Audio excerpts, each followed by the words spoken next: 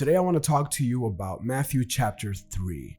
What sticks out to me the most about Matthew 3 is that John was ministered to by Jesus' humility, accurate knowledge of the prophecies, and willingness to submit to the will of God.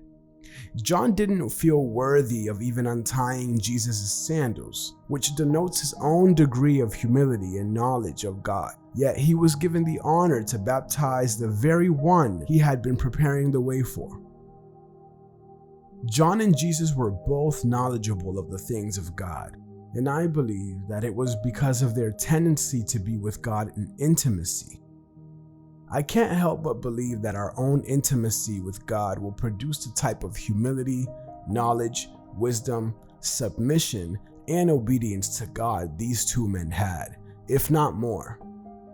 I also can't help but to think that if one is honorable and humble, God will honor and exalt you when He deems it appropriate to do so.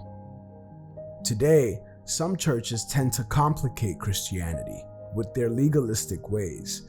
Church leaders should be more proactive about helping the unbeliever understand and embrace the simplicity in a life with Christ. In this passage, John simply told the masses to repent. In that one word, repent, is a whole lot of meaning. By definition, repent is to feel regret for one's wrongdoing and turn away from doing wrong. Usually, when you regret something, you do whatever you can to avoid experiencing it again. Sin is in our human nature, and it is very difficult to refrain from doing what is natural. But when we accepted Christ, we became born again, with the ability to emulate His divine nature to an extent. God has given us the power to avoid and refrain from sinning, because He has quite literally put Himself in us in order to save us, guide us, and give us power over sin. It is by His grace that we are able to overcome sin, not by our own efforts. We access the grace of God through having intimacy with God. But what does intimacy with God look like? For me, it consists of studying scriptures, meditating on them, and working with God to apply what I've learned to my life. I also pray regularly and make it a point to pray selfless prayers.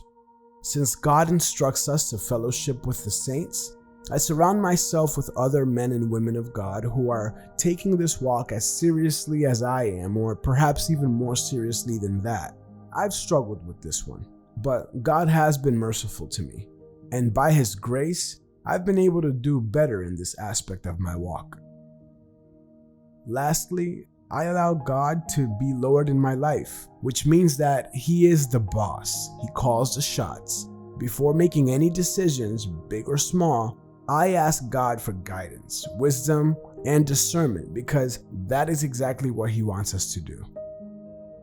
I always try to listen for the voice of God throughout the day, even during the mundane tasks. And when I do hear from Him, it's not an audible voice like you would hear in a bad movie. It's more like an inclining towards something, a gut feeling, or a conviction in my heart about something. You may ask, how do I know that this is really God that I'm hearing and not myself? I always ask God about what I'm feeling, thinking, or hearing. I also cross-check it with the Bible because it has to align with God's truths. I also ask myself how much it aligns with the path that God already has me on.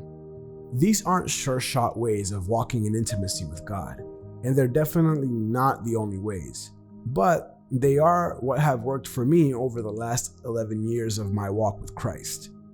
If church leaders were to focus more on building upon a believer's intimacy with God, as opposed to being so legalistic, there would be a higher retention of converts in today's churches, filled with the power of God.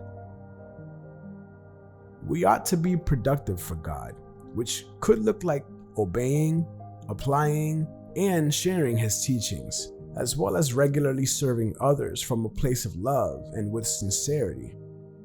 Our lives must be a reflection of God's character and a demonstration of His teachings so that others can see our faith in Him and become interested in learning about walking faithfully with God. Alright, well, I hope you enjoyed today's reflections from Matthew chapter 3. Stay tuned for Matthew chapter 4, and I'll see you guys around.